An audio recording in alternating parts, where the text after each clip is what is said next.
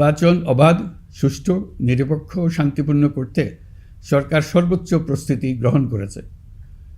এবার রেকর্ড সংখ্যক আইনশৃঙ্খলা বাহিনীর সদস্য মোতায়েন করা হয়েছে।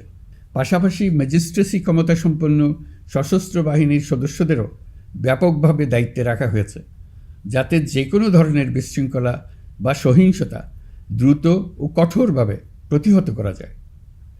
আমি গভীরভাবে বিশ্বাস করি তারা সকলেই ঈমান, দেশপ্রেম ও কর্তব্যনিষ্ঠায় উজ্জীবিত হয়ে তাদের উপর অর্পিত মহান দায়িত্ব সুষ্ঠু ও সুচারুরূপে পালন করবেন। প্রযুক্তির সর্বোচ্চ ব্যবহার নিশ্চিত করতে প্রথমবারের মতো সারা দেশে ব্যাপক পরিসরে সিসি ক্যামেরা স্থাপন করা হয়েছে। ভোট কেন্দ্রে দায়িত্বরত কর্মকর্তারা শরীরের সাথে সেটে রাখা ক্যামেরা ব্যবহার করছেন। নিরাপত্তা ও নজরদারিতে ড্রোন ও ডগ স্কোয়াড ব্যবহারের ব্যবস্থাও রাখা হয়েছে।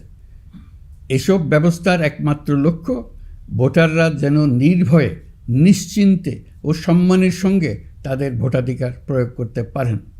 এই নির্বাচনকে আরও অন্তর্ভুক্তিমূলক করার জন্য আমরা কিছু ঐতিহাসিক পদক্ষেপ গ্রহণ করেছি। প্রথমবারের মতো প্রবাসী বাংলাদেশিদের ভোটাধিকার প্রয়োগের সুযোগ সৃষ্টি করা হয়েছে। বিশ্বের বিভিন্ন প্রান্তে বসবাসকারী আমাদের ভাই বোনেরা দেশের ভবিষ্যৎ নির্ধারণে অংশগ্রহণ করতে পারছেন। এটি আমাদের গণতন্ত্রের পরিসরকে আরও বিস্তৃত করেছে।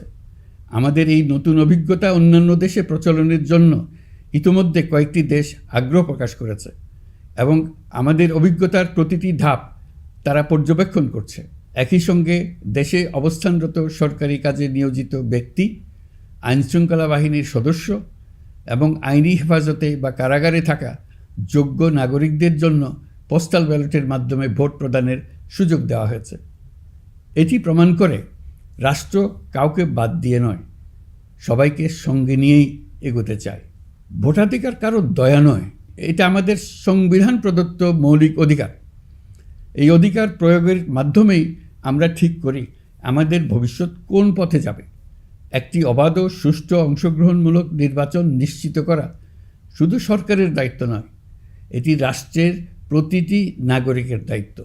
রাজনৈতিক দলগুলোর প্রতি আমি অত্যন্ত স্পষ্টভাবে বলতে চাই, আপনারা দলের কেন্দ্র থেকে তৃণমূল পর্যন্ত সর্বস্তরের নেতাকর্মীদের দ্ব্যর্থহীনভাবে নির্দেশ দিন যেন কেউ কোনো ধরনের বিশৃঙ্খলা, সহিংসতা, ভয়ভীতি প্রদর্শন, কেন্দ্র দখল, ভোটে প্রভাব বিস্তার করা কিংবা উস্কানিমূলক কর্মকাণ্ডে জড়িত না হয়।